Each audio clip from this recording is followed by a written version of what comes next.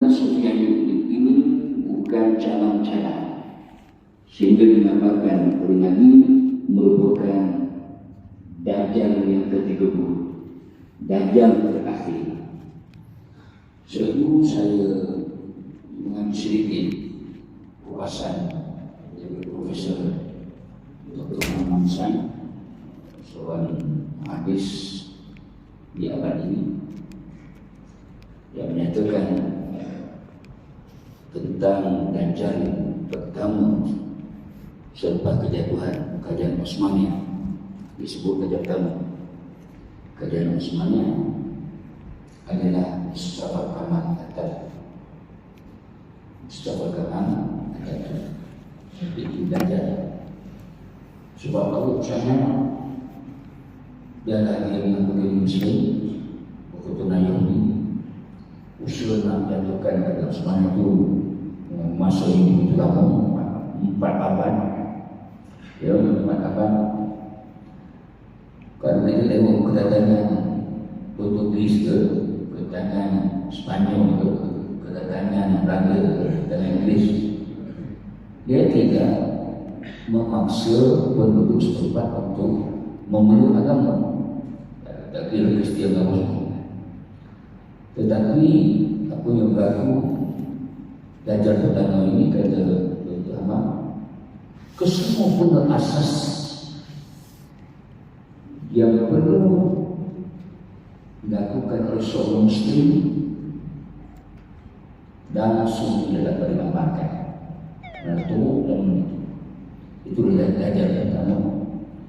Dan apatah lagi kemunculan kumpulan Sufyan ini daripada keturunan Abu Sufyan bin Harb yang akan muncul di akhir zaman, yang dikatakan oleh Nabi SAW akan menguasai 5 batang sungai. Ya, 5 batang sungai, bayangkan sungai mana? Daripada sungai Nil sampai sungai Furat, kemudian sungai Jayhun, Sehun yang menghubungkan Syria, kemudian sungai Tigris, menerima batang sungai. Yang ini akan detailkan, rincikan dalam kuliah kita bulan depan.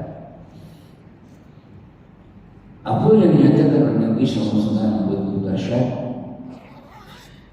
yang mana kita boleh merujuk kepada apa yang menyatakan apa gabungan dari satu kumpulan dari Abbas bin Abdul Muttalib. Ya, Abbas bin Abdul Muttalib dengan Nabi SAW pernah menyebut kali ini suatu berada bersama dengan kaum Muhajirin dan Ansar masa yang mana dinyatakan sifat-sifat itu adalah Abbas berada di tangan di sebelah kanan Nabi, manakala Sayyidina Ali radhiyallahu anhu berada di sebelah kiri Nabi. Laku kes satu masa bertekap dengan Abbas bin Abdul depan Nabi. Nabi pegang Abbas dengan tangan kanannya, lalu menyatakan dari keturunan kamu ini akan muncul seorang lelaki yang membawa bencana besar, membawa kezaliman, membawa penindasan di akhir zaman. Lalu dipegang dengan kirinya Sayyidina Ali radhiyallahu anhu dan menyatakan dari keturunan kamu ini akan lahir seorang lelaki yang akan membawa keadilan, kesejahteraan, keamanan kepada dunia ketika ini. Jadi dua buah ini gabungan dengan kumpulan Sufyan dan juga Abbas. Bayangkan dua keturunan ini cukup besar yang akan menguasai Timur Tengah ketika itu. Bila Allah alam, tetapi ke arah itu sekarang, ya, itu saya akan rincikan di belakang insyaAllah. Lalu Nabi menyebut yang mana seorang dan teman ketika itu dia lupa apa yang Nabi sebut. Kemudian seorang menyebut sesuatu yang tidak aku hafal. Nabi bersabda, maka jika kamu melihat berbai'ah walaupun dengan merangkap di atas Nabi, kerana dia adalah khalifah Allah al-Mahdi. Bermakna ini adalah kumpulan panji hitam yang kedua yang muncul di bagimu juga mengikut riwayat untuk tafsiran kepada hadis ini yang disebut oleh Sauban dan Al-Ahli, dan satu hadis yang lain mengatakan akan muncul panji hitam dari timur. Maka jika kamu melihat berbai'ah walaupun dengan rangkap di atas Nabi, dan dia adalah khalifah Allah.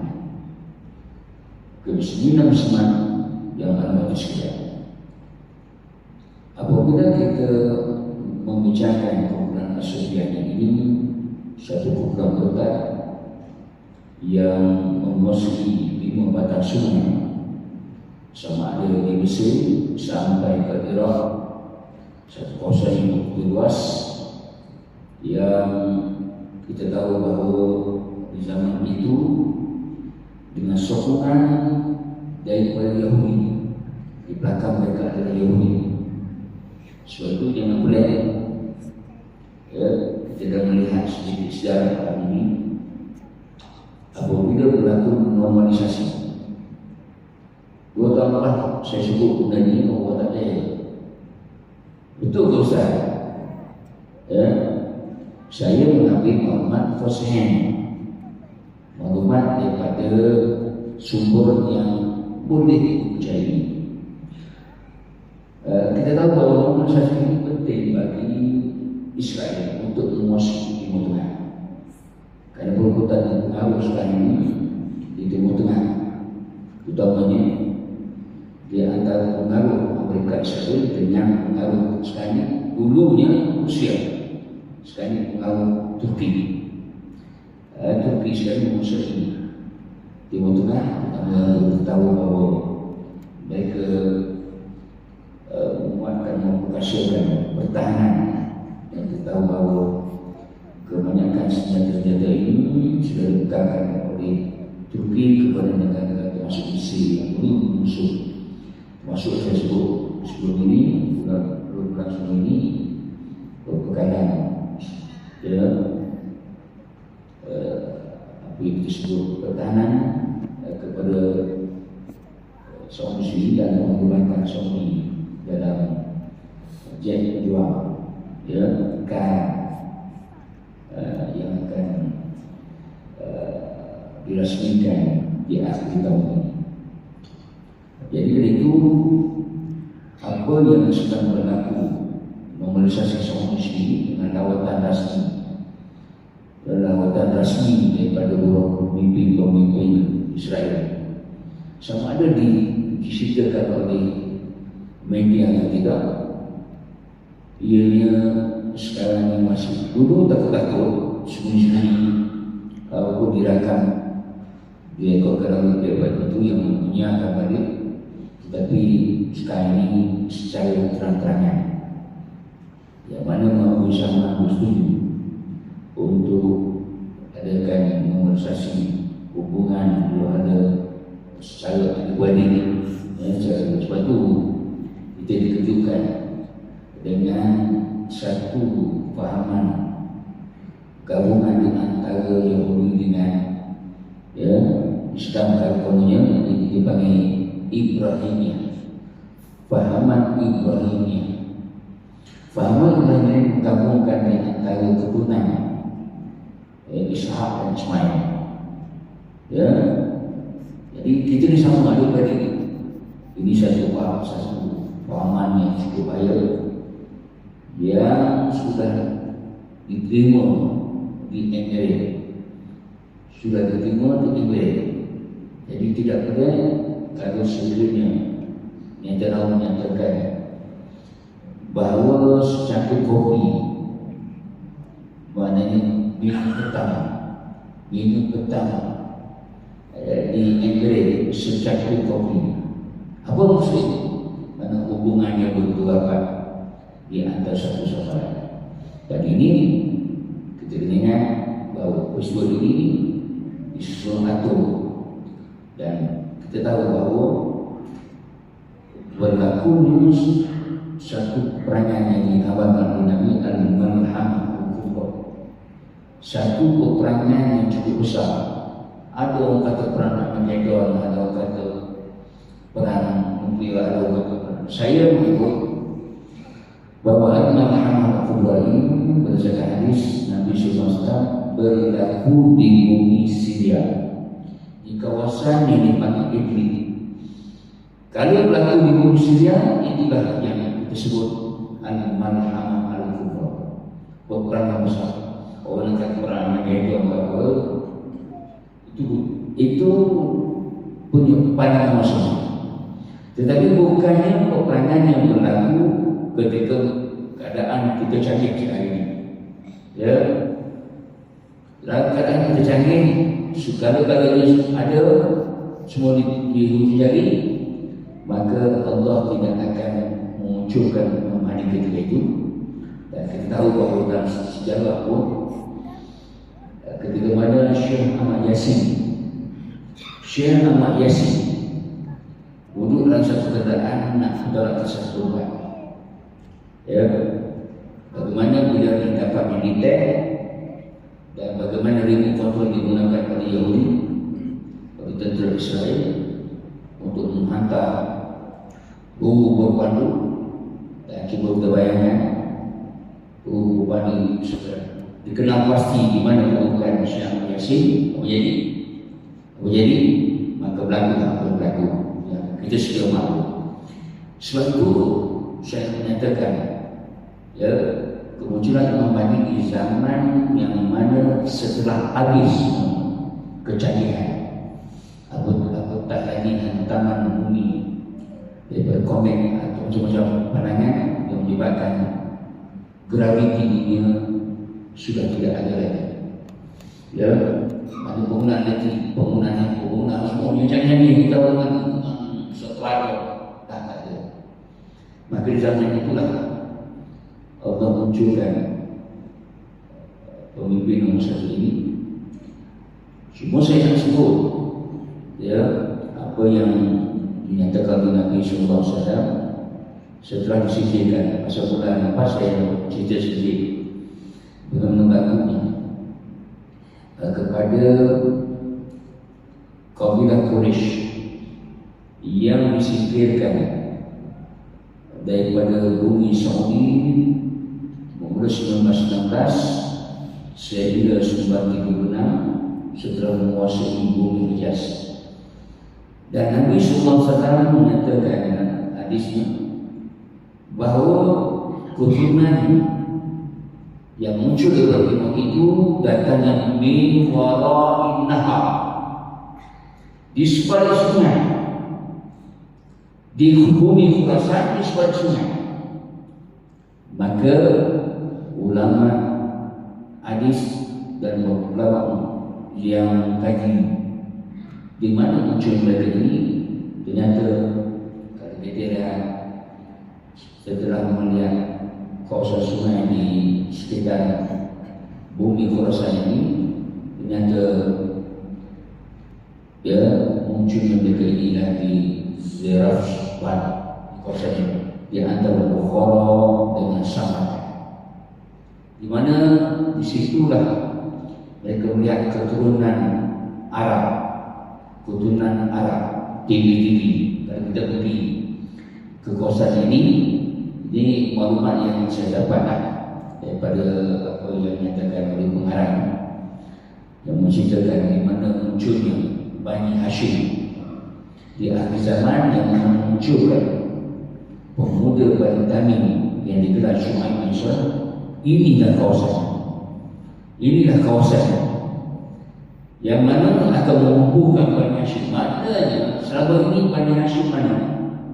Kalau kita nak kata Jordan betul keturunan Bani Hashim, tetapi bukan itu yang dimenangi oleh Nabi. Ya, kenapa Nabi tak tuju sebelah Jordan? Dah, sebab kita tahu bahawa keturunan Raja Jordan ini, ya, hidupannya kehidupan barat, Anusai. Ya, kita tak boleh dikawin pula dengan orang putih pula, anak putra boleh, ya. Itu kita tak terpuas saja. Tetapi apa yang kita nak ceritakan ini adalah munculannya mereka di sini. Dan saya nak review balik apa yang saya sebut sebelum ini, di mana semua daripada Allah yang masuk pada Quran yang menceritakan tentang bagaimana situasi Nabi SAW ada dua keadaan. Satu, dalam keadaan gembira. Para sahabat puja nak dengar apa kata Nabi SAW. Tiba-tiba Nabi SAW berubah wajah dan sedih mengalami ke mana melihat sekumpulan anak-anak muda daripada Bani Hashim muncul dalam majlis Nabi. Ketika itu dia bersama dengan para sahabat dua anak. Apa yang terjadi? Lalu Allah juga masuk bertanya, wahai Rasulullah, tadi aku tengok kamu begitu ceria, kamu tak sabar nak mendengar, tiba-tiba berubah. Apa hal? Lalu Nabi SAW menyatakan, kami ahli bait mementingkan akhirat dan dunia. Setiap Nabi. Kemudian kalau kami ini, kalau Nabi ini kompleks ini, di suatu masa akan disingkirkan, akan diperlakukan secara zalim oleh mereka. Lalu Nabi menyebut, tetapi akan muncul nanti di akhir zaman keturunan kami ini di suatu bumi Khurasan, bumi timur. Nabi tersebut Khurasan.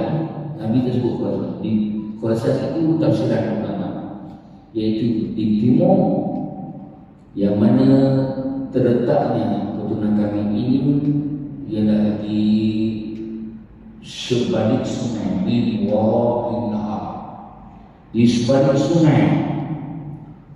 Seperti mana saya sebut tadi, yaitu di antara Bukhara Rasulullah, namanya Zaraf Sebab, itu sungai di sebelah sana. Itulah penempatan Bani Hashim. Kita tahu penempatan Bani Hashim seperti itu. Dan inilah tempat yang bakal muncul, saya sebut tadi, pemuda Bani Tamim yang diketuai oleh orang yang digelar sebagai Syu'ab bin Salim, yang akan mengumpulkan keseluruhan Bani Hashim dan akhirnya menanti Syu'ab bin Salim ini sebagai pimpinan, memimpin ketumbukan itu di sana. Dan saya buat sumber untuk kita berpegang kepada apa yang disebut Nabi Sallallahu Alaihi Wasallam.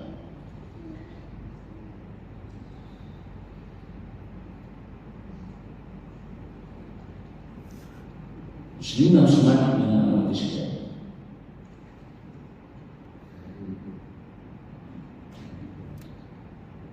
ketika mana munculnya kumpulan pemuda Bani Tamim ini dari sini, dia akan bertembung di bumi Kufah ataupun di Iraq, di Kufah, bertemu dengan kumpulan As-Sufyan ini.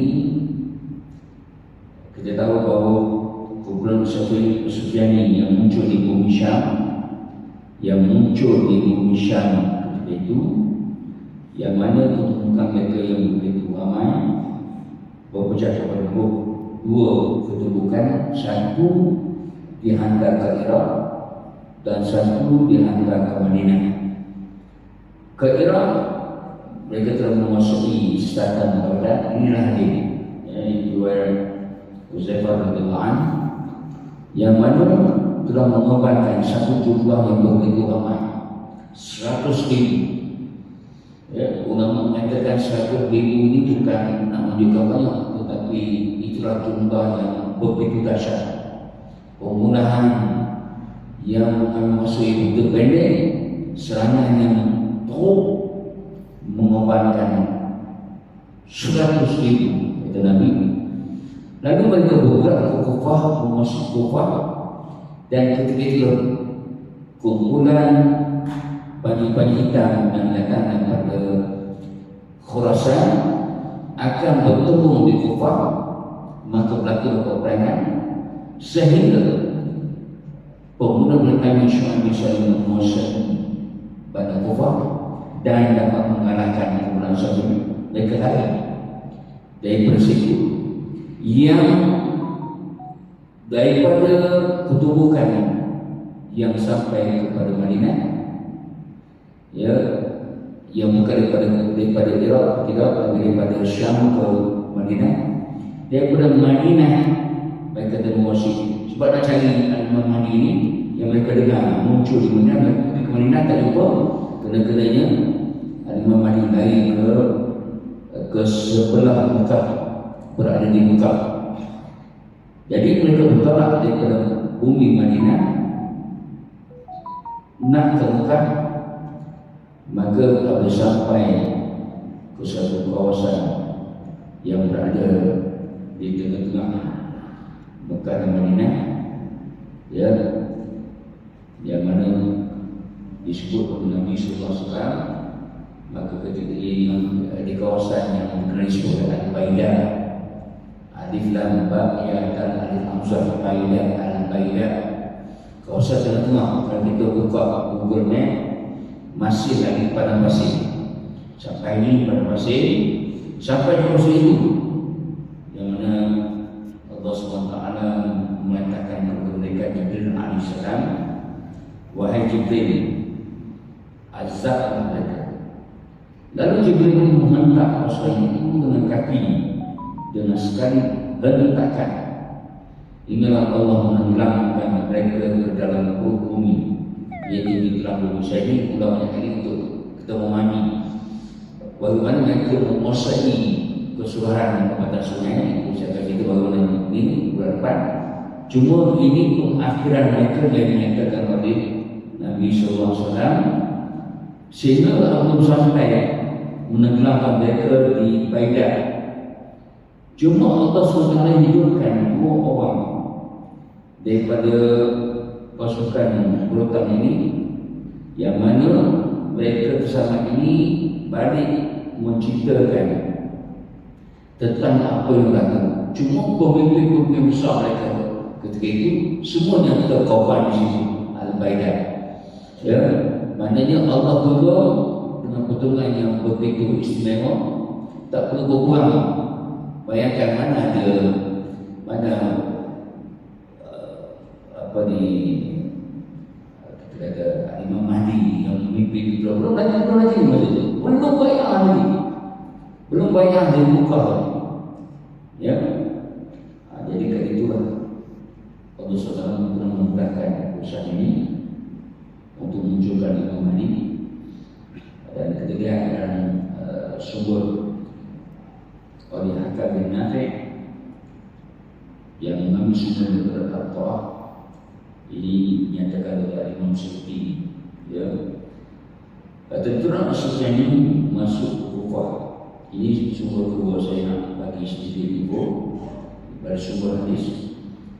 Kemudian mereka menindas penduduk selama 3 hari dan membunuh selama 60 orang. Tadi 1,000 manusia jumlah yang boleh diamat. Yang di Kufah ini 60 orang penduduk. Kemudian mereka tinggal di sana selama 18 malam, membagi-bagikan harta rampasan. Lalu mereka masuk ke Kufah selepas berperang dengan Irak di situ. Kemudian mereka ditimpa kehancuran sehingga benar-benar hancur.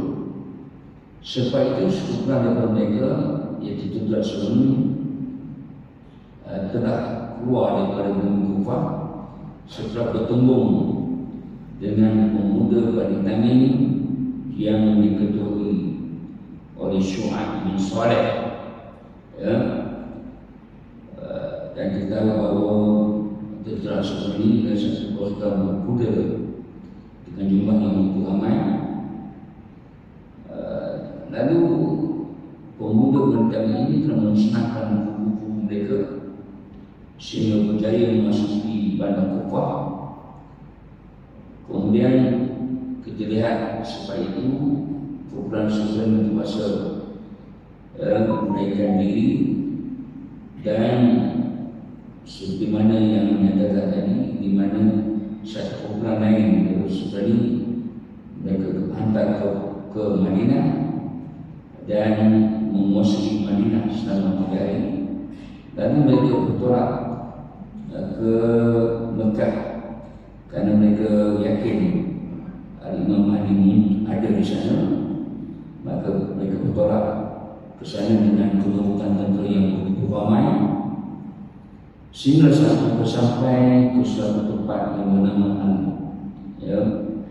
satu tempat yang dinamakan Al-Baidah. Sampai ini Al-Baidah sekarang namanya, di tengah-tengah di antara, bukan di tengah-tengah di antara Mekah dan Madinah. Maka berlaku yang berlaku, iaitu ketika itu mereka ditenggelamkan oleh Allah SWT ke dalam bumi. Kemudian setelah hancurnya mereka, maka keluar Imam Mahdi, sehingga apabila dia tiba di Madinah, kumpulan pemuda mendatangi tiba di Madinah, maka beliau menamakan Bani Hashim yang berada di sana. Dan ketika mana bertemu baki kumpulan mereka di bumi Kufah yang mereka ini ketakutan di sana, maka setelah menyerahkan panji-panji hitam itu kepada Imam Mahdi rahimahullah, maka mereka bergerak ke situ mengejar kumpulan Sufyan ini dan menyelamatkan tawanan-tawanan yang pernah ditawan oleh kumpulan Sufyan. Ini di antara riwayat yang dinyatakan oleh Nabi SAW berkaitan dengan apa yang bakal berlaku nanti. Okey, muslimat yang sekalian, itu di antara perkara yang saya nyatakan pada pagi ini berkaitan dengan 2 perkara. Satu, kumpulan panji hitam, kumpulan jahat yang berketurunan daripada Abu Sufyan bin Harb, dan satu lagi kumpulan panji hitam juga yang datang dari Khurasan yang berasal dari keturunan Bani Hashim, keturunan Nabi SAW, yang memunculkan sana seorang pemuda Bani Tamim, yaitu Syu'aib bin Salih, yang mengetuai kepimpinan itu menyerang kumpulan Sufyan. Ini di peringkat akhir, di peringkat akhir sebelum mereka kalah ataupun mereka ditenggelamkan oleh Allah SWT di kawasan yang dinamakan Baidah. Jadi itulah sedikit untuk info maklumat kupasan hadis Nabi SAW untuk sama-sama kita mendapat sedikit info untuk memahami kali ini, kerana kita tahu bahawa ini adalah daripada hadis. Jadi ada orang tanya saya, bila nak berlaku ni ada? Bila nak berlaku ni? Mana saya tahu nak berlaku bila? Sebab saya menyebut bahawa peristiwa yang bakal berlaku ini setelah berlakunya perang Al-Malhamah Al-Kubra. Kalau berlaku di Rusia, itulah perang sebenar yang akhirnya akan memunculkan Imam Mahdi di situ. Sebab itu kita perlu memahami dari bersumber muktabar supaya kita tidak mendapat semua-semua yang tak tahu ada, dan ini juga menyatakan kita gembira kepada muslim mana Allah SWT susun atur keturunan Bani Hashim yang akan muncul di akhir zaman di keturunan Nabi, dan akhirnya menaikkan keturunan Nabi SAW daripada Sayyidina Ali radhiyallahu anhu dan akhirnya ya namun yang sesudah Nabi SAW dan namun bapaknya sudah nama bapak Nabi yaitu Muhammad bin Abdullah. Sekarang itu usia saya begini, itu sama-sama kita dapat ikut berkaitan begini, dan insyaAllah di depan saya akan kupas kebenaran seperti ini masih, dan adakah ada kaitan dengan apa yang sedang berlaku di tengah-tengah ini mengikut apa yang diramalkan oleh pihak-pihak yang mengkaji hari-hari zaman ini. Saya nak menafakkan bersama ke depan sampai dengan isu-isu terkini yang saya patut sebut beberapa kali. Okey, muslimat yang malam sekalian, seperti biasa pada kita iaitu Umairah Azadiyah sekarang ini berada di tahun 3, dan ini keputusan yang saya pernah tunjuk sebelum ini, yaitu sebelum ini keputusan yang 88.1. Saya tunjuk yang terbaru, yang saya dapat dari beliau. Ini keputusan terbaru 3 subjek di semester semester musim panas, khusus semester pendek. Ada 3 subjek yang diambil. Ini keputusan kita tengok 96, 94, 96, dan subjek yang besar saya terima dengan berat. Subjek sebenar itu saya tahu lah, bukan berada, yaitu at-tanmiyah wa takhfif Islam, berkaitan dengan kesuburan, keperkasaan dan juga perancangan mengikut Islam. Ini satu subjek daripada fakulti lain. Kemudian yang kesualian dan hukum Islam itu dasar kewangan di dalam Islam. Kemudian maharat tawassul al-fi'al, kemahiran hubungan yang aktif, bahwa untuk kita pertemuan minggu saja kita dapat sempurna. Jadi beliau telah mengungkapkan sampai kali ini kemampuan pelajar asal terbaik di University of London, dan bahkan mendapat plat kali kedua anugerah daripada Education Center atau kita sebut dulu Jabatan Indonesia. Jadi inilah yang saya minta kita bantu kepada Babil, walaupun dia minta daripada saya nak balik sekejap dengan bapaknya yang tengah uzur. Ya, bapak dia kita tahu stroke dan tak ada keadaan ini. Jadi masa saya pergi ke lapangan itu, dia kata dia minta balik untuk tengok bapak dia. Kata boleh balik, cuma minta selesaikan kalau boleh tahun 3 sebelum masuk Ramadan kita akan hantar tiket dengan sebuah daripada kontrak yang saya dapat. Ya, sebelum ini pergi umrah, kita bagi hadiah pergi umrah kerana keputusan jurnal yang 88 pasal keputusan 90 katanya.